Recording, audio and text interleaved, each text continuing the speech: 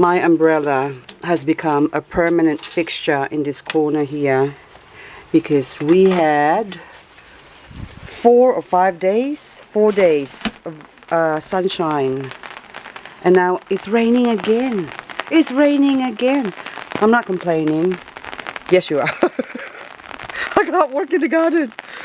I just started pulling out some weeds, and then I was going to show you what the front looks like because it's all flowering right now, and then it rains.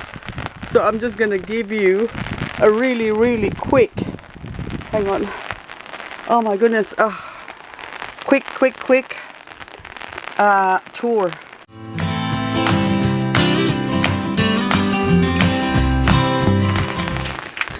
Because look at that. Isn't that a beautiful sight? I'm walking in the rain. Look at that. See all the flowers, look. Oh, I can't get down there because it's all covered by all of this. My secret weedy garden. That's not weed. It's all flowers. It's all flowers growing wild on the ground. Let's go take a closer look. I need to attend to this. This is just disgusting. My poor baby's here. This is the view when I come out of my back garden. So what I want to show you guys is this little contraption here. This is an industrial lampshade, the black one on top. I just put star picket, and so we'll go to the nitty-gritty. So there's a wire. It's not a wire, it's actually one of those strong pegs that I bent around it, drilled the hole and poke it through the star picket. So hang on, the star picket all along, see there's a little hole there. There's another hole on top of that. So that's what's holding up this lampshade. And oh, look at you. Look at, it's almost variegated. Graptopetalum paraguayense, SSP bernalense. Look at that, beautiful. Look at that. Oh, they are so beautiful. Tell you what, this is one plant you should really grow. It just takes my breath away. Oh my goodness. Okay, so now here I got 3 25-centimeter pots, terracotta pots that I stacked on top of it, and of course the bottom is being held by, so this one is being supported by the next one, and that one supported by that one, but that one there's a rod or steel rod that I put across in the hole inside the star picket. So remember the star picket? So the star picket is only about 1.4 meter long, yeah, 1.6, but I hammered into the ground and it's quite sturdy. Look, see, I'm shaking it, shake, and it's still holding up. Now this one here is the same, only I have 2 lampshades, and in the center of that industrial lampshade I put a 25-centimeter terracotta pot as well. So this is quite big. I think it's 400 across, so almost half a meter across the this lampshade.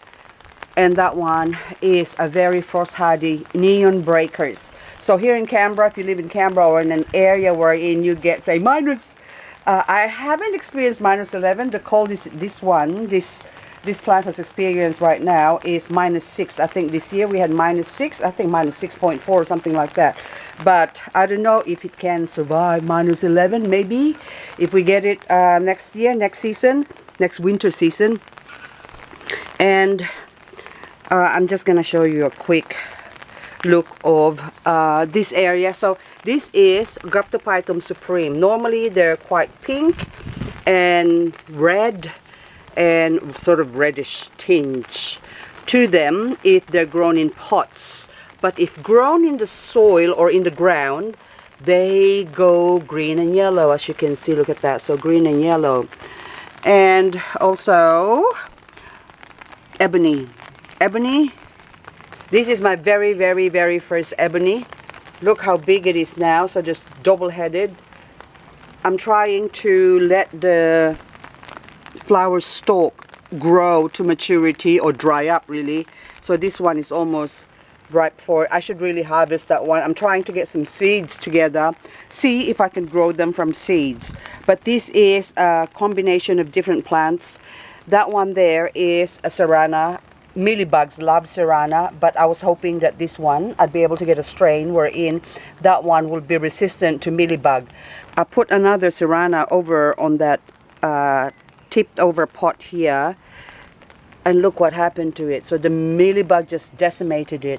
And in saying that, there's still a little bit of hope.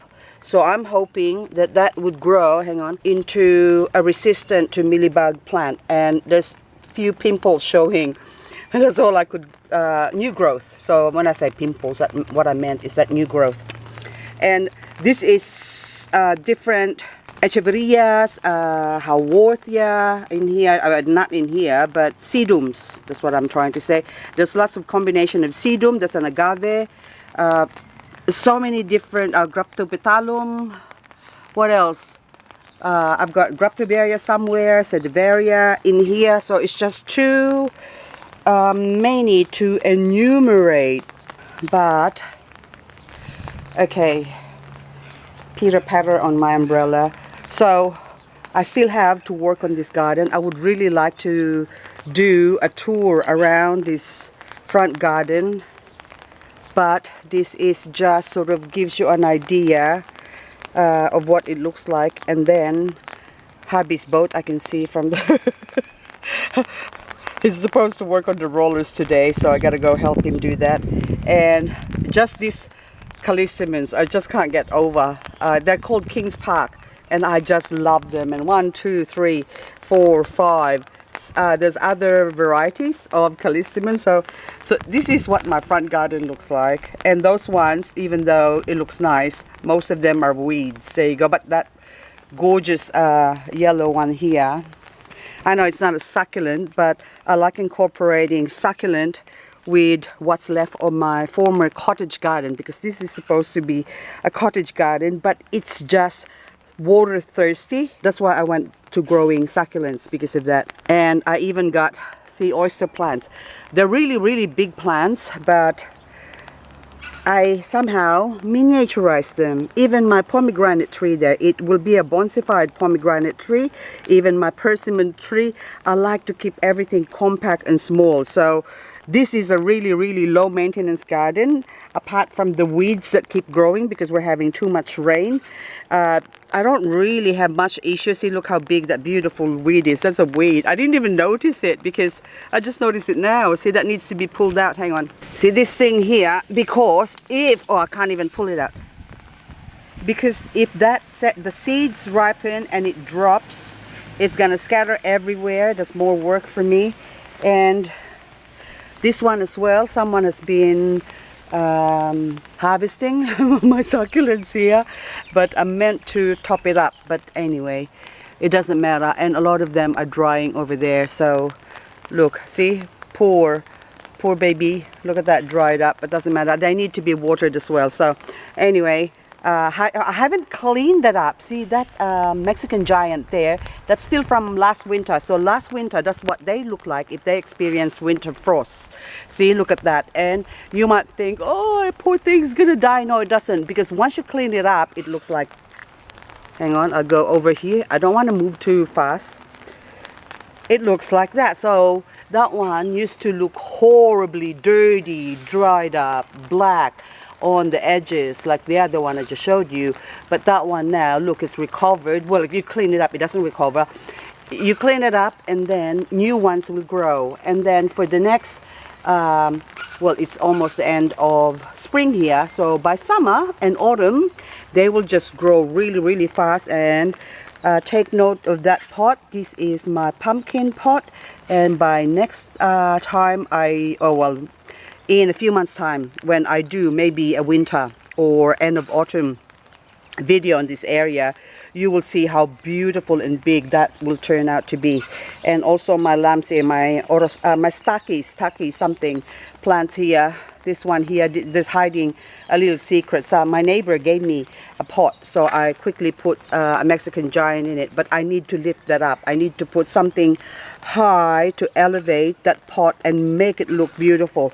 So, or highlight it so we can see its beauty. And then this one now, look how huge that it's gonna get bigger. That's only a quarter of the size that Echeverria Domingo. So if they're placed in the pot together with the Sempervivum, if they're put in a pot with some seed, and also I just kept saying that's an Echeverria Gavoides Limer, very frosty.